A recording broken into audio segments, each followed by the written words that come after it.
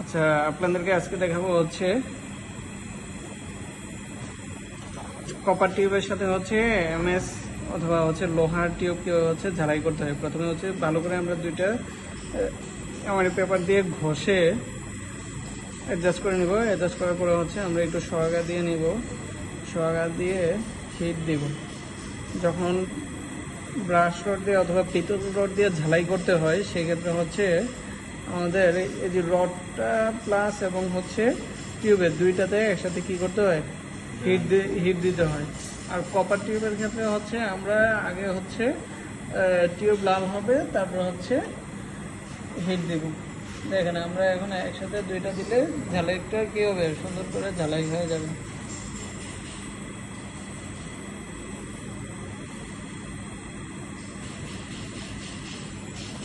ঠিক আছে, আমাদের ঝালাই কমপ্লিট হয়ে গেছে।